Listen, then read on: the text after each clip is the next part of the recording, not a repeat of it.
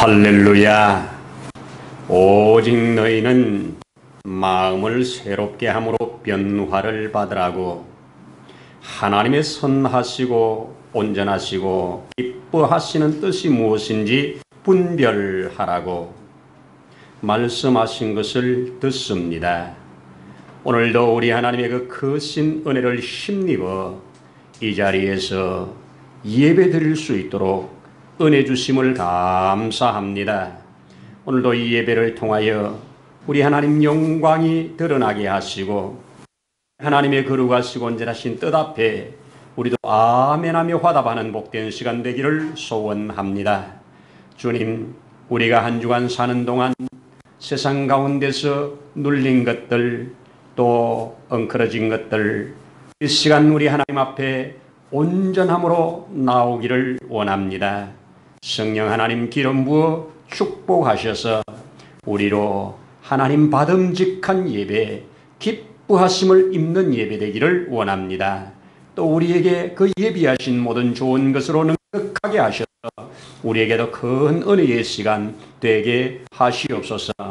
이 자리에 나와 예배드리기를 원했지만 이 모양 저 형편 함께하지 못한 그 발걸음에도 주님 함께 하셔서 예비된 은혜로 넉넉하게 역사해 주시옵소서. 모든 것을 주의 거룩한 손에 의지하며 예수님 이름으로 기도드리옵나이다. 아멘. 아멘. 할렐루야. 우리 함께 성경 열도록 합니다. 오늘은 마태, 마가, 누가 세 곳에 있는 한 절씩 같이 보겠습니다. 먼저 마태복음 27장에 있는 32절 읽습니다. 나아가다가 시몬이란 구레네 사람을 만나매 그에게 예수의 십자가를 억지로 지워 가게 하였더라. 그 다음 우리 마가복음 15장에 있는 21절 마침 알렉산더와 루포의 아버지인 구레네 사람 시몬이 시골로부터 와서 지나가는데 그들이 그를 억지로 같이 가게 하여 예수의 십자가를 지우고. 아멘.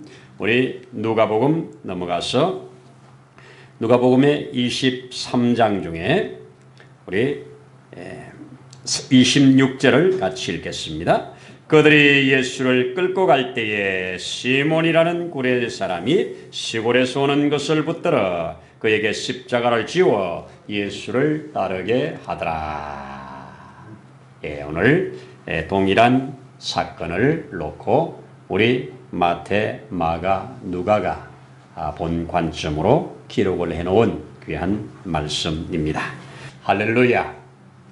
우리 지난주에 하나님 말씀 들을 때 우리 여호사밧의 삶을 통해서 하나님 말씀을 들었었습니다. 그때 기억납니까? 우리가 삶의 현장에 엘로 카드를 받았을 때 그 엘로 카드를 어떻게 사용하느냐에 따라서 큰 복도 되고 저주도 된다. 그래서 두 번 엘로 카드를 받고 그 여호사밧이 하나님 앞에 그 삶을 어떻게 진행시켰는지 그 엘로 카드를 무시했을 때 그에게 주어졌던 징계와 그에게 주어진 큰 이 고통이 어떤 거였는지 우리가 하나하나 보면서 은혜를 나누었습니다. 오늘 이 말씀 우리 읽었는데요. 우리가 잘 알고 있는 사람이지요. 구레네 사람 시몬이라고 하는 사람. 이 사람이 오늘날 구레네라고 하는 곳은 어느 동네냐 하면 북아프리카, 리비아 그쪽에 있는 수도로 알려지고 있는 도시입니다. 자, 이 리비아에서 예루살렘까지 거리가 적어도 1800km라고 한다면 엄청나게 먼 거리입니다. 그 당시에 오늘날처럼 교통이 발달한 시대가 아니지요.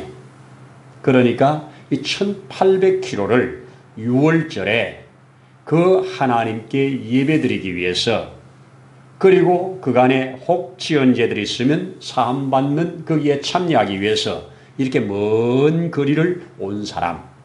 그렇다고 하면 틀림없이 이 사람은 유대인들 중에서 흩어진 사람일 겁니다. 그렇죠? 그렇게 먼 저 리비아 땅까지 1800km나 떨어진 그곳에 흩어져서 살고 있는 디아스포라 중에 한 사람이었을 것이다. 그렇게 보여집니다. 자, 이 구레네라고 하는 동네에서 온, 오늘 성경은 시골이라고 표현하고 있는데, 여기에서 온 이 사람이 6월절에 마침 예수님께서 십자가를 지시고 지금 저 죽음의 그 사형장 골고다를 향하여 가는 과정에 일어난 사건 중에 하나입니다. 자, 근데 제가 이 마태복음, 마가복음, 누가복음을 쭉 자세히 읽어볼 때, 여러분들도 아마 읽어보시면 알겠지만, 예수님께서 그 십자가를 지시고 가시는 장면이 하나도 마태, 마가, 누구는 기록을 안 해놓고 있습니다. 예수님이 십자가 지는 장면이 그들은 그려놓지 않고 있어요. 기록을 안 남겼어요. 마태나 마가나 누가복음에는 예수님은 신문 받으시고 그 형장으로 가는데, 그 가는 과정에 십자가는 이 시몬이라고 하는 이 사람이 지고 갔다는 것으로만 기록을 하고 있습니다.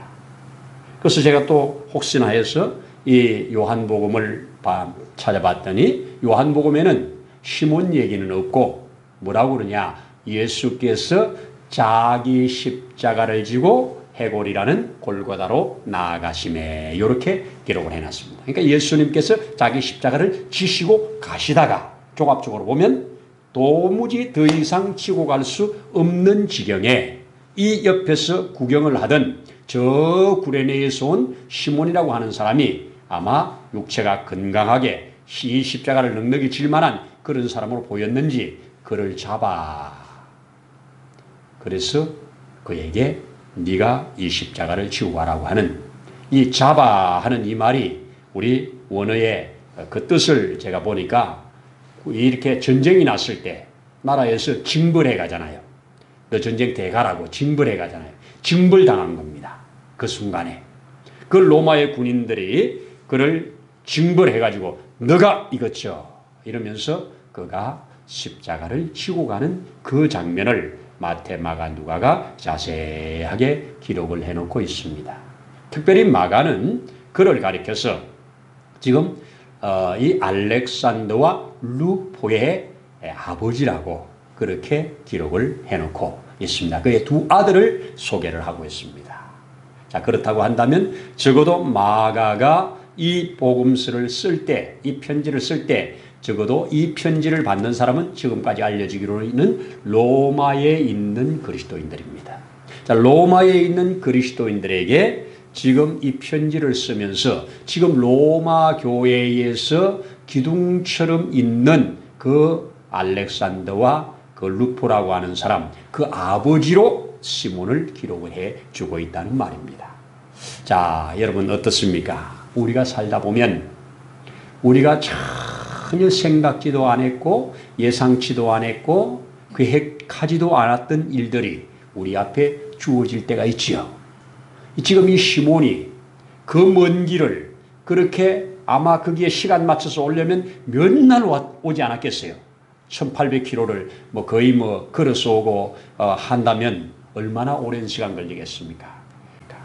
이렇게 해서 먼 거리를 거기까지 와가지고 예배하러 왔다가 지금 이 희한한 광경, 십자가를 지고 가는 그 예수의 행렬을 그가 뒤따라 가까이 가면서 볼 때 그가 아마 가까이 있었던 것이 확실하죠.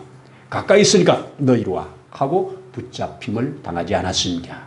저는 이 사건을 읽을 때마다 생각되는 것, 예수님께서 이적을 행하시고 표적을 행하시고 그리고 예수님께서 오병이어의 그 만찬을 행하시고 그 하늘에 놀라운 메시지들을 주셨을 때 수많은 사람들이 따랐습니다. 그렇죠? 그리고 예루살렘에 입성하기 할 때, 종려주일에 입성할 때, 지금 이때로부터 며칠 전이잖아요. 얼마나 많은 사람들이 호산나 다윗의 자손이 하면서 그 앞에 자기들의 옷을 벗어 까시면서 왕으로 그를 추대하는 일이 있지 않습니까? 그런데 오늘 이 순간 아무도 이렇게 처참하게 비참하게 가다 쓰러지고 가다 넘어지고 더 이상 이 십자가를 지고 갈 수 없는 이 기가 막힌 상황들을 그들이 지켜보았을 텐데 아무도 나서는 사람이 없어요. 여러분 거기 계셨으면 혹 내가 다른 건 없어도 어린은 있어야지 이러면서 그 채찍질하고 예수를 끌고 가는 그들에게 붙들고 사정이라도 좀 해봐야 될 거 아니에요. 당신들도 사람이라면 어떻게 저 지경으로 사람을 끌고 가냐. 내가 대신 질게. 이 정도 나온다면 이거 정말 좋은 일이죠. 아무도 안 나서요. 그렇게 펄펄 뛰던 죽는 데까지 따라가겠다고 하는 베드로도 흔적도 안 보여요. 여러분, 믿음 생활은 어려움을 만날 때 드러나는 겁니다. 어려움을 만날 때 드러나는 겁니다. 그런데 여기에 시몬이라고 하는 이 사람, 그는 지금 유대 지역에 있는 사람도 아니고 평소에 뭐 예수의 은혜를 받은 사람도 아니잖아요. 그렇게 멀리서 온 사람이잖아요. 자, 이런 사람이 생각지 못하게 갑자기 붙잡혀가지고 네가 이거죠 했을 때 얼마나 우리 표현으로 재수 없는 날입니까? 너무너무 우리 경상도 표현으로 재수 옴 붙은 날입니다. 재수가 없는 데다가 옴까지 붙어버렸어요. 너무너무 괴로운 날인 거예요. 자기가 이 십자가를 내려 이야기에 의하면 십자가는 100건 정도 된다고 하니 정도 되는 거죠. 그 정도의 무게를 십자가를 그것도 모든 사람이 저주로 여기는 형틀 아닙니까? 그 형틀을 자기가 지고 지금 가는 겁니다. 자기가 무슨 죄가 있습니까? 뭐가 있습니까? 하나님께 예배하러 갔다가 무슨 날벼락이고요 이게. 자, 이런 날벼락을 만난 겁니다. 그런데 그가 이제 이 지고 가는 이 과정 속에서 제가 믿기로는 십자가를 지고 가는 과정 속에 주님과 어떤 교류가 있었는지 성경은 기록해 놓지 않고 있습니다. 주님과 어떤 시선이 마주쳤는지 해놓고 있지 않습니다. 주님이 그에게 어떤 감동을 주었는지 아무것도 기록해 놓은 것이 없습니다. 단지 지고 갔다는 것만 나옵니다. 그의 신분과 그의 출신과 그의 아들들만 소개를 하고 있습니다. 그런데 오늘 저는 이 날이 그가 붙잡혀가지고 6월절에 붙잡혀가지고 그 예수님의 십자가를 대신 지고 가는 이 날이 그에게 정말 재수 없는 날이었는가. 제가 받은 은혜는 너무너무 축복된 날이었습니다. 재수 옴 붙은 날이 아니고 재수 금 붙은 날입니다. 너무 좋은 날로 바뀌었습니다. 왜? 그 지구촌에 인류 역사 이래려 그 누구도 경험해 볼 수 없는 걸 홀로 경험한 겁니다. 아무도 이후에도 경험할 수 없는 일이죠. 지금도 예루살렘에 가면 여러분들이 예수님의 지시고 가신 십자가를 경험하기 위해서 십자가를 지고 이 비아돌로로사 여기 올라가라고 그게 십자가를 한 서너 개 이렇게 세워놨어요. 그리고 돈을 뭐 10불, 20불 이렇게 주면 그 십자가를 빌려줘요. 빌려주면 그거 지고 이제 올라갑니다. 근데 그 가벼워요. 내가 들어보니까 한 30kg도 안 되겠더라고요. 가벼운 거 가지고 그냥 갑니다. 그 이제 한 사람이 이렇게 지고 이렇게 가면 뒤에 사람들이 쭉 행렬 이어서 가는 게 그게 오늘날 성지순례 코스 중에 하나 있습니다. 자, 근데 그 누구도 예수께서 친히 지신 그 십자가를 다시 질 수가 있냐고요? 없는 거 아닙니까? 지구촌에 딱 한 번 있는 사건에 이 사람이 선택을 받아서 지금 자기가 진 겁니다. 자, 이 짐으로 그에게 주어진 복을 우리 성경은 곳곳에서 기록을 해놓고 있습니다. 저는 오늘 그것을 추적해서 그것을 여러분들에게 드러내어 함께 보면서 제게 주신 은혜를 나누려고 하는 겁니다. 첫 번째 뭐냐? 이 사람이 이 사도행전 11장과 13장에 나오는 말씀을 딱 요약을 하면 이 사람이 안디옥 교회의 개척 멤버요 기둥 같은 사람으로 쓰임받은 사람입니다. 11장에서 안디옥을 세운 개척자들을 소개하고 있습니다. 자, 거기에 제가 조금 읽어드리면 11장 19절에서 20절에 보면 거기에 그때 스데반의 일로 일어난 환란으로 말미암아, 스데반의 순교당한 사건이죠. 환란으로 말미암아 흩어진 자들이, 이 큰 핍박으로 사람들이 흩어졌잖아요. 베니게와 구브로와 안디옥까지 이르러, 베니게, 구브로, 안디옥까지 흩어졌다는 말이죠. 이르러 유대인들에게만 복음을 전하는데 그 중에 구브로와 구레네 몇 사람이 안디옥에 이르러, 여기는 구레네 몇 사람이라고만, 구레네 사람들 몇 사람이라고만 말을 했어요. 그런데 사도행전 13장에 가니까 1절에서 뭐라고 기록을 하느냐, 바나바와, 즉 안디옥 교회의 선지자들과 또 교사들이 있으니 곧 바나바와 니게르라 하는 시몬, 요 니게르라 하는 시몬이 신학자들은 한결같이 구레네 시몬입니다.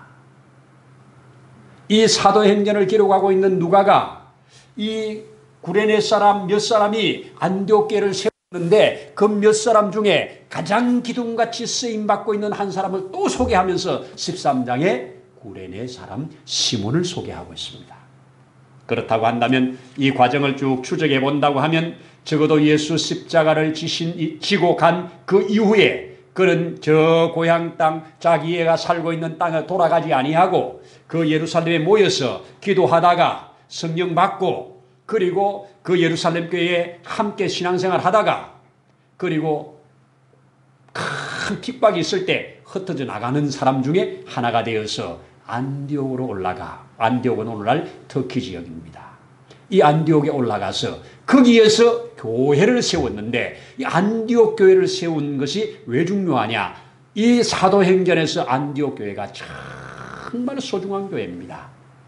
왜 소중한 교회냐? 안디옥 교회가 바울을 배출한 교회입니다. 바나바라고 하는 사람이 이 안디옥 교회가 개척돼 가지고 부흥하고 있는데 그들을 말씀으로 신앙으로 세워줄 지도자가 필요할 때 예루살렘 교회에서 이 바나바를 그쪽으로 파송을 했습니다. 파송받은 바나바가 가서 목회를 하는데 점점 교회는 부흥하고 자기 힘에 감당할 수가 없어서 그 숨어있는 저 다소에 가가지고 지금 묻혀있는 바울을 찾아가가지고, 아, 바울 형님 안디옥에 오셔서 복음을 전해주세요, 말씀을 해주세요, 목회를 좀 나 좀 도와주세요, 이래가지고 안디옥에 와가지고 바울이 거기에서 함께 사역을 하면서 큰 부흥을 일으켰는데, 어느 정도 부흥을 일으켰느냐? 선교의 센터교회가 되어버립니다. 바울의 1차 전도, 2차 전도, 3차 전도를 나가는 센터 교회가 되어버린 겁니다. 바울과 바나바를 성령이 따로 그들을 세워서 거기에 안수하여서 다 선교로 보낸 것이 1차 전도 아닙니까? 오늘날 유럽 교회라든지, 오늘날 특히 저 아시아 지역의 교회라든지, 바울의 전도를 통해서 세워진 모든 교회들이 안디옥 교회의 선교를 통해서 세워졌다고 한다면 얼마나 중요한 교회입니까? 이 교회의 설립자요, 지금 기둥같이 누가가 이것을 쓰고 있는 이대흥시도 기둥같이 쓰이고 있는 사람이 이 시몬이었다면, 그의 십자가짐은 유대인으로 태어나서 그 유대교를 믿다가 예수 그리스도를 믿어 새로운 하늘의 백성, 옛 언약에 붙잡혀 있던 사람이 새 언약으로 와가지고 하나님께 이렇게 복되게 쓰임받은 사람이었다면 그날은 복된 날이죠. 정말 복된 날입니다. 또 하나는, 그 다음에는 그 아들들에 대해서 이 바울이 로마서를 아들들에 대해서 쓰면서 이렇게 말합니다. 이 아들들이 로마 교회의 일꾼이라는 거예요. 자, 거기에 보면 알렉산더와 루포의 아버지라고 소개한 것은 조금 전에 말씀드린 것처럼 로마에 있는 성도들에게 이 편지를 보낸다고 했지 않습니까? 그런데 여기에만 기록되어 있습니다. 아마 이것을 기록할 당시에는 이 알렉산더와 루포가 로마에 형성된 교회의 기둥 같은 자들로 쓰임받고 있다는 얘기예요. 자, 아버지는 안디옥 교회에서 이렇게 기둥같이 쓰임받아서 선교의 모체교회로서 정말 복된 삶이었다면 그의 아들들은 이제 그 이후에 더 흩어져 나갈 때 로마까지 흩어져 가가지고 그 로마에서 세워진 그 교회의 공동체에 기둥 같은 두 사람으로 아들들이 쓰임받고 있다면 아들까지 이어지는 복을 받았다는 겁니다. 성경에 기록됐다는 거지요. 얼마나 감사한 일입니까? 그렇습니다. 그리고 마지막 세 번째 주어진 또 하나의 복을 볼 건데 그 아내입니다. 오늘 그 아내를 소개하면서 사도 바울이 이 로마서를 쓰면서 뭐라고 기록하느냐? 로마서 16장 13절에 보니까 주 안에서 택하심을 입은 루포와, 루포가 알렉산더 아들이죠? 시몬의 아들이죠? 루포와 그의 어머니에게 문안하라. 루포의 어머니는 곧 시몬의 아내지요. 자, 이 시몬의 아내에게 너희는 문안하라. 문안하라는 말은 잘 좀 섬기고 잘하라는 겁니다. 아마 이 당시에는 아버지가 돌아가시고 홀로 있나 봐요. 홀로 있는 사람들을 교회에서는 어쨌든 잘 돌보라고 하잖아요. 이 로마서를 쓰면서 마지막에 그 이름을 콕 찍어가지고 이 어머니를 잘 좀 너희는 섬겨주고 이 어머니가 부족함이 없도록 좀 잘 너희가 섬겨라. 그 얘기를 하고 있습니다. 왜 이렇게 말을 할까요? 그런데 오늘 그게 뭐라고 그럽니까? 이 루포의 어머니는 곧 나의 어머니라. 바울의 믿음의 엄마래요. 믿음의 어머니. 우리 특별할 때 어머니 아버지를 쓰지요.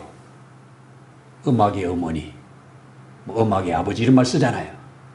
이 사람은 나의 어머니라. 우뚝하다가 바울의 어머니가 되었을까요? 바울의 영적인 멘토요 어머니가 되었다는 거예요. 그러면 어디에서 이런 것이 형성되겠습니까? 우리가 추적을 해볼 때, 또 신학자들의 이 조언을 받아볼 때, 바울이 안디옥 교회에서 목회를 할 때, 이 루포의 어머니, 그 아버지, 이들이 바울과 함께 좋은 관계를 가지고, 바울이 그곳에서 함께 신앙생활하면서 먹고 마시고 교제하면서 그곳에서 큰 은혜를 받았다는 겁니다. 그래서 영적인 어머니로 이 가슴에 딱 자리를 잡고 있는 사람. 여러분, 이 정도면 이거는 세상에서 말하는 대박입니다.